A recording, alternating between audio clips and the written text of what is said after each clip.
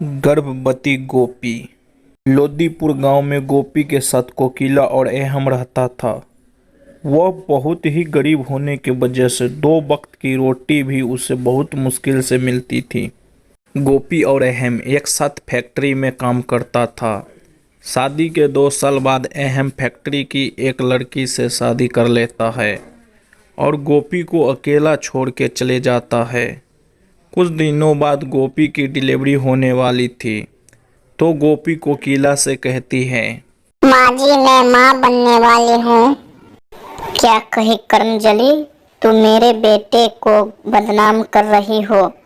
तुमने कहाँ अपना मुंह काला किया।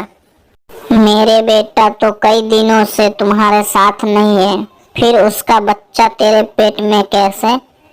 ऐसा मत कहिए माँ जी, मेरे बच्चे को गाली मत दीजिए, ये उन्हीं का ही बच्चा है। मैं कुछ नहीं सुनना चाहती हूँ, तुम कहीं जाके इस बच्चे को गिरा दो। माँ जी, मैं ऐसा नहीं कर सकती। आप माँ होकर माँ का दुख नहीं समझ सकती हो, तो ठीक है, मुझसे कोई उम्मीद मत रखना। गोपी फुट फुट के रोने लगी। अब मुझे और अपना बच्चा का खुद ही ख्याल रखना होगा। गोपी अकेले ही मजदूरी करने लगती है। फिर एक दिन गोपी से मिलने उसकी मामी आती है। अरे गोपी, तुम ये सब हाल में मजदूरी कर रही हो, तो चल मेरे साथ, मैं तेरी देखभाल करूंगी। नहीं मामी जी, ये लड़ाई मेरी खुद की है, ये लड़ाई मुझे खुद ही लड़ने दीजिए। तो ठीक है गोपी बेटा, अपना ध्यान रखना। तुझे कोई भी जरूरत हो तो मेरे पास चले आना।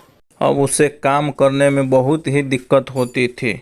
तुझसे अब काम नहीं हो रही है तो तुम क्यों जाती हो। मैं इतने भी निर्दय सास नहीं हूँ। बच्चा हो जाने तक तू यहीं रह, तेरी जगह मैं अब काम पर जाऊंगी।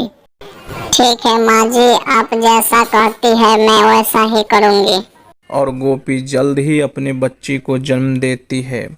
अपनी बच्ची को देखकर गोपी सारे दुख तकलीफ भूल जाती है। प्यार से गोपी अपनी बच्ची का नाम राशि रखती है। कुछ दिनों बाद राशि को लेकर काम पर जाने लगती है। ऐसे ही कुछ दिनों बीत जाती है और राशि 12 साल की हो जाती है और वह स्कूल पढ़ने जाया करती थी।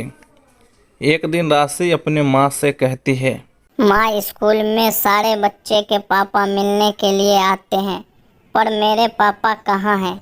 क्या मेरे पापा मर गए?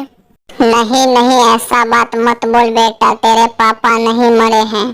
तो फिर वह कहाँ गए और वह मेरे साथ क्यों नहीं रहते हैं?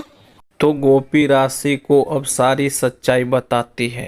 राशि, तुम्हें अब सारी सच्चाई बताती हूँ। तेरे पापा ने दूसरी शादी कर ली बेटा, और वह मुझे छोड़कर चले गए। इतना कहते ही गोपी रोने लगती है। माँ माँ, मत रो माँ, मैं तुम्हारे साथ हूँ ना माँ।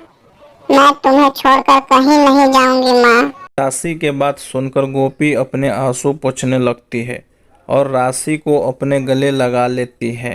तुझे मैं खूब पढ़ाऊंगी, तुम बड़ी होकर डॉक्टर बनना। राशि पढ़ने में होशियार भी थी। वह हर साल क्लास में फर्स्ट आती थी। धीरे धीरे राशि हाई स्कूल की पढ़ाई पूरी करती है तो उसके स्कॉलरशिप का पैसा मिलता है और अब उसका एडमिशन शहर के सबसे टॉप कॉलेज में हो जाता है।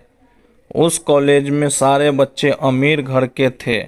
राशि की सहेली महंगे महंगे कपड़े पहनती थी। एक दिन उसकी सहेली उसे कहती है, अरे राशि, तुम इतने बड़े कॉलेज में पढ़ती हो और तुम एक साधारण कपड़े पहनकर आती हो। तुम्हारे पास पैसे नहीं है क्या? नहीं नहीं, मैं कल कपड़े खरीद लूंगी।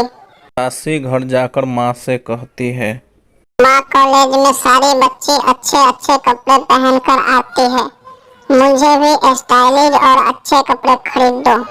अरे नहीं बेटा, घर का हालात समझो। फिर राशि वापस नाराज होकर कॉलेज चली जाती है और वहाँ खूब मन से पढ़ाई करने लगती है। फिर राशि उस कॉलेज में सबसे टॉप आती है तो उसे डॉक्टर की डिग्री मिल जाती है और वह डॉक्टर बन जाती है। अब गोपी और राशि के पास कोई भी चीज़ की कमी नहीं होती है और वह खुशी खुशी रहने लगती है। तो बच्चों, आज की कहानी यहीं समाप्त हो चुकी है।